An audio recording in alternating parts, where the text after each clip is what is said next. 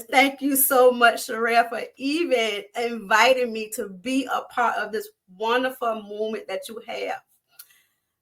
One of the things I want to really think about, I want you guys, when I think about it, when you think about the words phrase, strength when the memories fade, I don't just think of the words on the page, I think of my father. I want to start back when I can see him in Savannah, Georgia, sitting in his favorite chair, sunlight spilling through the curtain. Some days he look at me, his eyes will brighten, but he say, Joe, it felt like the sun broke through those clouds. Other days, the memories weren't there. My name was gone. Our history was gone. And yet, even on those days, he would lean in, take a deep breath, and say, I know that's Mel. That's my daughter. That was his way of remembering me when in my mind betrayed him, and his mind betrayed him. And that began when the lesson took place.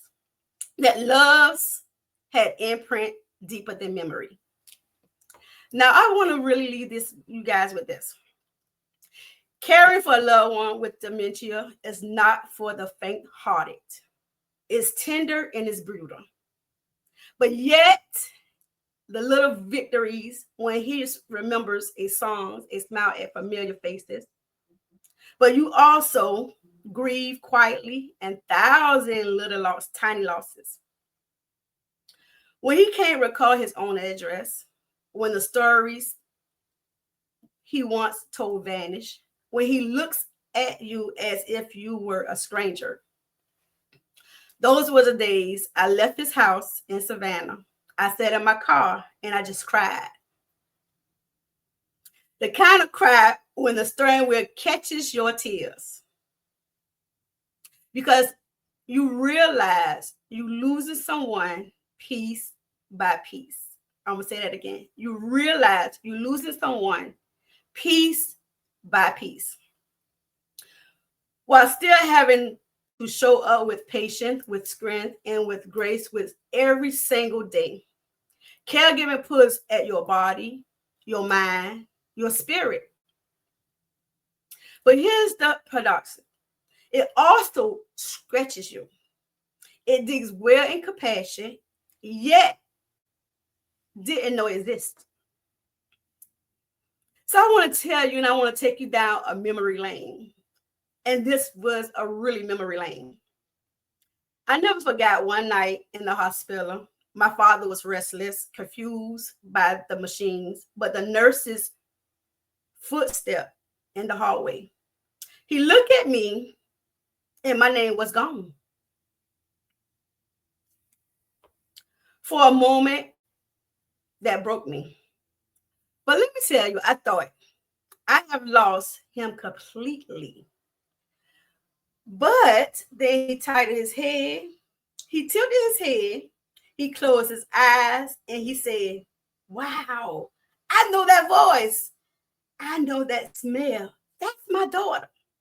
And you guys should have seen the light in my eyes, and he remembered my smell. He remembered my voice. He may not have remembered Joe, my name, but he remembered the importance of me. He remembered my voice, my scent, my presence. The night I learned something scarce. Memory isn't just in the mind, it lives in the spirit. Even when the mind faders, love leaves a footprint that dementia cannot erase. Now, you guys, I want to take you down how our talks went. One of the things that carry us with our talks, sometimes we sit by his bedside and talk about his childhood in Savannah, the peach trees, the church picnics, the front porch stories. And I'm telling you, we had some stories to tell. But as time went on, those talks changed. His mind drifted mid-sentence, or he literally forgot what he was saying. But still, he looked at me, smiled, and whispered and kept talking. And know what he said? He said, I know you. He said it again, I know you. And that taught me something powerful. And I mean something powerful. I mean, the present often matters more than memory. Words may fade, but love spoken aloud lingers. Now, looking back, I carried 3 lessons from this journey of really taking care of my father as he was going through his journey of dementia. One of the things I realized is present over perfection. Caregiving can be messy, it can be daunting, it can be weary, but you won't get it all right. I'm telling you, you will not get it all right. But showing up even when hands are open, when hearts are open, that's what's really, really matters. Number 2, so strength is strengthening and surrender. Resilience isn't about not crying or never breaking. It's about knowing when to rest, when to release control, when to let God carry you through the time that you are. The last one, it taught me faith fuels hope. Faith doesn't erase grief, but it gives you something steady to stand on when everything else feels fragile. It whispered that even in the fading, there is still meaning. I'm going to say that one more time. It whispered, even in the fading, that is still meaning. Now, today, I really want to really encourage everyone. If you're walking in this role, caring for a parent, caring for a spouse, caring for a child, hear me clearly. You are not alone. I'm going to say it one more time. You are not alone. It's okay to admit you're tired. It's okay to admit you're scared. It's okay to ask for help. Now, these are the most 3 important things. The reason why I'm repeating this, because I want you to remember this. It's okay to admit you're tired. It's okay to admit you're scared. It's okay to ask for help. The strength is found in pretending to be a superhuman. Strength is found in leaning on God, leaning on your community, and sometimes just in taking one deep breath at a time. Write down those moments worth remembering. Even your loved one cannot. Journal those smiles, the sound of those laughter, the warmth of their hands. Those memories will anchor when you grieve. Feels like an open sea. And remember, you are doing scarce work.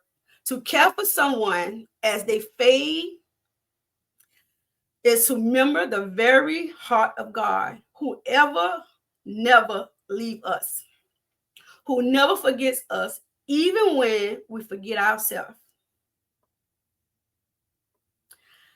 So I want to really close out where I began with my father. The day came when he looked at me. My name was gone again, but he leaned close and said, I don't know who you are, but I know that you belongs to me. And that warms my heart because he remembered that I'm his daughter, but he didn't know who I was. And I realized that's what love does. It leaves an imprint deeper than memory. So my prayer for you today is this. Even when the memories fade, may love remains. May your presence carry your weight through your words, and your faith carry you through the strength to keep going. Because love remains, and love is enough. And I really want to thank you guys for listening to my story. And that was a heartfelt of me. Strength that never fails was really that. Strength when memories fades. So strength when memory fades is so dear to me. And I have been so blessed to be on this journey. So thank you all for listening. Thank you, Minister Sharia. Thank you, Lance, for introducing me. And I really appreciate it.